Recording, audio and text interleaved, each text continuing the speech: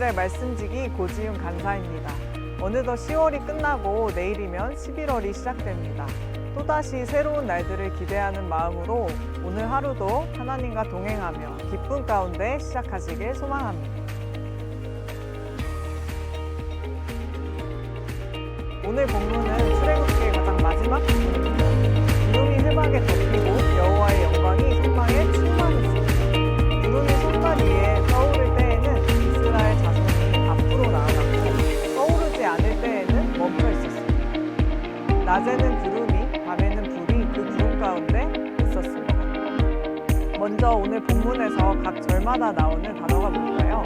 바로 구름이라는 단어입니다.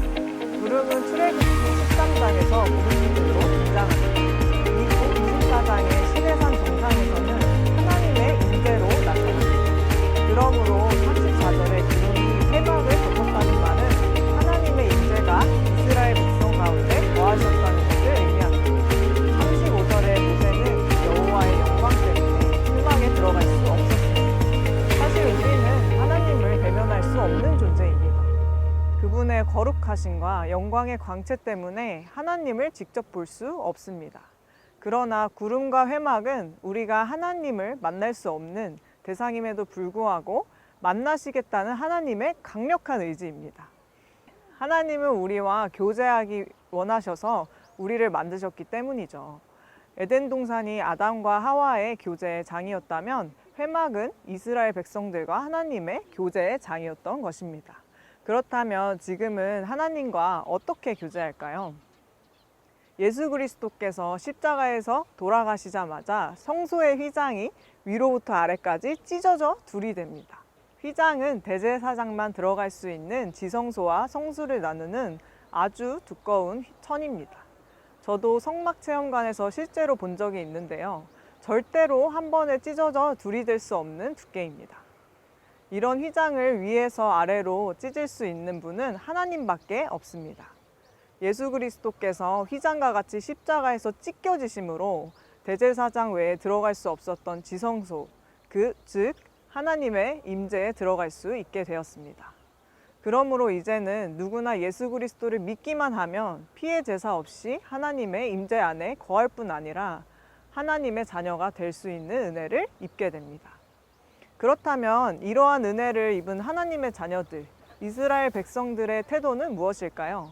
바로 겸손과 순종입니다. 36절에 하나님께서는 구름으로 이스라엘 백성을 인도하십니다. 요즘 여러분도 진로 문제, 재정 문제, 건강 문제, 관계 문제 등으로 앞이 보이지 않는 상황 가운데 있지 않나요? 이런 광야와 같은 상황에 하나님의 인도하심을 받기 위해서는 먼저 하나님의 임재 안에 거하는 것이 우선순위가 되어야 합니다.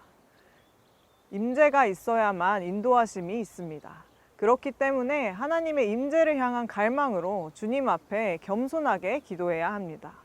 하나님, 제 인생은 주께 있습니다. 주께서 인도해 주십시오 라고 겸손히 엎드려야 합니다. 그 다음으로는 하나님의 인도하심에 대한 순종이 필요합니다. 우리는 구름을 마음대로 조종할 수 없습니다. 그저 하나님의 임재의 구름을 따라가야 합니다. 세상의 소리, 내 고집된 자아의 소리가 아니라 하나님을 따라가야 합니다. 루세 가족들처럼 뒤돌아서면 안 됩니다. 머뭇거려서도 안 됩니다. 쟁기를 잡고 뒤를 돌아보는 자는 하나님의 나라에 합당하지 아니하니라 하신 예수님의 말씀처럼 우리는 세상의 것에 흔들리지 말고 주님만 바라보고 주님만 따라가야 합니다.